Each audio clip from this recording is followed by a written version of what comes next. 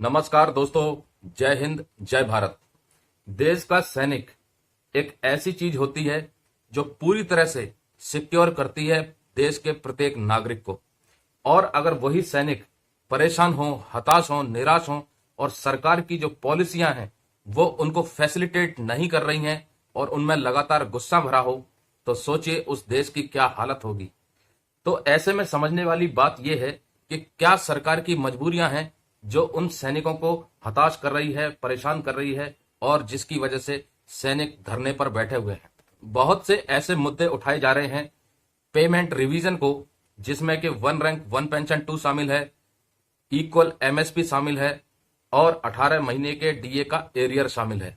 लेकिन दोस्तों, आज मैं एक अलग मुद्दा लेके आया हूं और जिस मुद्दे को उठाना बहुत जरूरी है।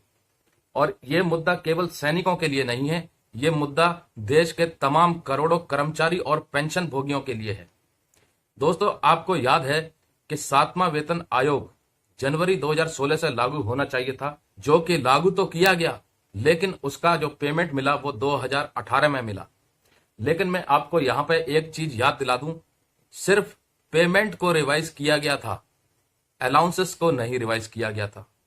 यानी कि आपकी जो बेसिक पे फिक्स की गई थी वो जनवरी 2016 से फिक्स की गई थी, और जो तमाम तरीके के भत्ते होते हैं जिन्हें अलाउंसेस कहते हैं उनको सितंबर 2018 से लागू किया गया था। यानी कि 2016, 2017 और 2018 के 8 महीने, यानी कि 2 साल 8 महीने, 2 साल 8 महीने का दोस्तों इतना बड़ा गेम हो गया हमारे साथ, वो सरकार ने रिवाइज नहीं किया। तो क्या यह सरकार ने रिवाइज नहीं किया या उस कमेटी ने रिवाइज नहीं किया जिसका गठन किया गया था सरकार के द्वारा? और आखिर क्यों उस कमेटी ने रिवाइज नहीं किया जनवरी 2016 से केंद्रीय कर्मचारियों का भत्ता? थोड़ा समझने की कोशिश करते हैं और कड़ियों को जरा जोड़ते हैं। देखिए दोस्तों, 2 मजबूरी हो सकती है।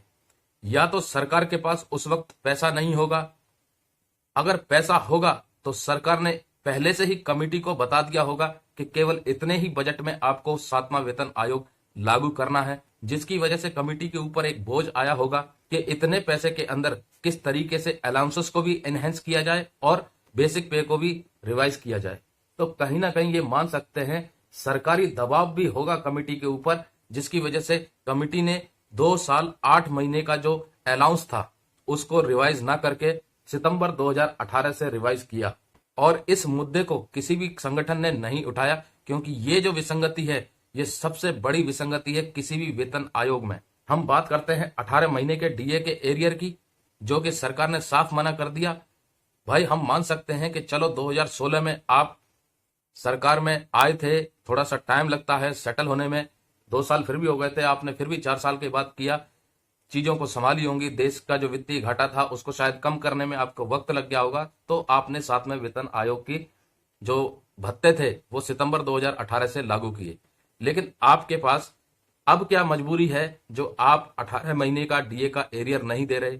आपके पास अब क्या मजबूरी है जो वन रैंक वन पेंशन 2 की जो कर्मचारी यूनियनों की मांग है, लगातार भूतपूर्व सैनिक पूरे धरने पर बैठे हुए हैं, उनकी पेमेंट को नए फॉर्मूले के साथ, नए फिटमेंट फैक्टर के साथ फिक्स नहीं कर रहे? देश की मीडिया बार बार ये बताती है कि सरकार ने ये काम किया, वो काम किया, लेकिन वो चीजें क्यों नहीं बताती जो सरकार ने नहीं किया? दोस्तों, आपको क्या लगता है कि 7वें वेतन आयोग में जो भत्ते जनवरी 2016 से फिक्स होने चाहिए थे वो कमेटी ने 2018 से, यानी कि सितंबर 2018 से क्यों लागू किए? क्या मजबूरी रही होगी? कमेंट करके बताइए। और अगर आपने चैनल को सब्सक्राइब नहीं किया है तो सब्सक्राइब कीजिए और कोशिश कीजिए इस चैनल को ज्वाइन करने की, अगर आप कर सकते हैं तो। जय हिंद जय भारत दोस्तों।